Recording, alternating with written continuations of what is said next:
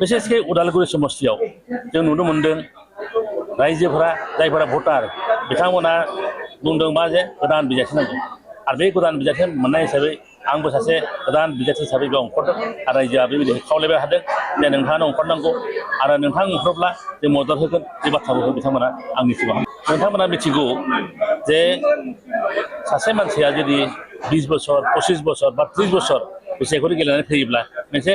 इन्टिका मोनसे फैयो रायजोफोरा साननायफोरा आलादा आलादा जायो रायजोफोरनि गांनाय उखैनाया गोदान गोदान महरै गोदान मदद नागिरो दा बिदिहै रायजोफोराबो गोदान बिजाथि नागिरनाय कारना बेनो जेन रायजोनि जे जौगानाय बे जौगानाय खामानि जेन गोदान महरै नुजानो हानाय आरो गोदान खामानि मोननो हानाय बे खाबुखौ नागिरो जिहेतु आंनि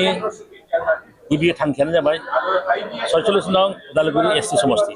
बेवहा आं बिपिएफ हान्जानिफ्राय टिकेट बिदों आरो बेवहा बिसायख'थियाव बाहागो लानो आं सानदों जुदि बेयाव होआब्ला आं टंला समस्तिखौ बेबायदि बिसायख'थियाव मदद मोननो थाखाय खावलायदों टिकेट दाबिनाय बे बाथ्रायाथ' जोंनि मोनसे गणतन्त्र देश मोनसे आरो बिपिएफ हान्जाया मोनसे गणतन्त्र आरो गासैबो माहारि गासैबो धोरोमारिफोर लानानै मोनसे हान्जा बियो आरो बेयावहा जोंनियाव मोनसे कमिटि थायो पलिसि मेकिं बडि आरो बेयावहा बे कमिटिया थांखि लायो जे सोरनो होगोन सोरनो होआ बेबायदि थांखिखौ लायो आरो बिदिहै जुदि जोंनि दैदेनगिरिफ्रा बा जोंनि कमिटि जाय दङ बा सायख'ग्रा बिजाथि सायख'ग्रा बे कमिटिनि मानसिफ्रा जुदि आंनो होआब्ला आं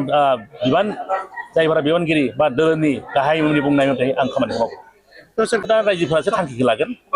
जे नोंथाङा जे बुंबायदि सोंदों बे थांखिखौ रायजोफोरासो थांखि लागोन जेरै टिकेट मोनब्ला मा खालामगोन बेखौ रायजोफोरासो मिथिगोन आरो रायजोफोरा जेथिया बिसायख'थि समावहा गावसोरनि जिहेतु गणतन्त्रआव थांखि लानाय बिसोर गोहो दङ बे मथे बिथांमोना थांखि लागोन दा जोंनि हान्जानि थांखिया माखासे सिटुवेसन नायनानै थांखिखौ लायो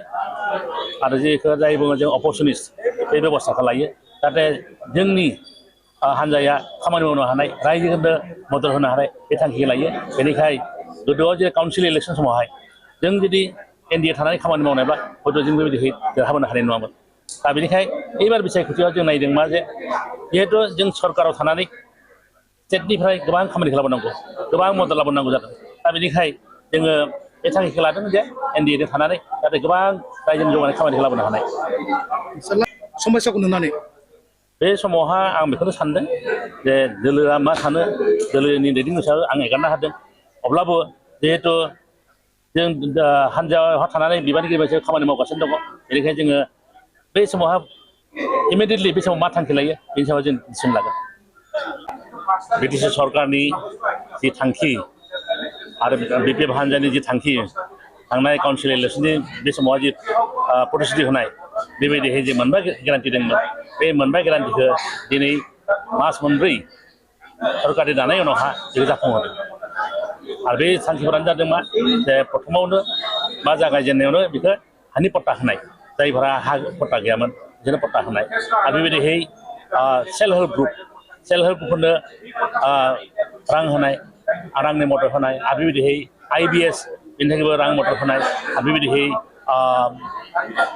फिजिकेलि चेलेन्ज बे ग्रुपनोबो रांनि मदद होनाय आरो बेबायदिहै सिनियर सिटिजेन बिसोरनो रांनि मदद होनाय आरो बे मोनबा माबाखौ दिनै हरसिंगा समस्तिखौ जाफुंहोनाय आरो बेबायदि बे स्किमफोरा बा गेरान्टिफोरा जाफुंबाय थागोन आरो बोसोरे बोसोरे बे बोसोरबा जुदि सरकार दङ बे बोसोराव बेखौ होनाय जागोन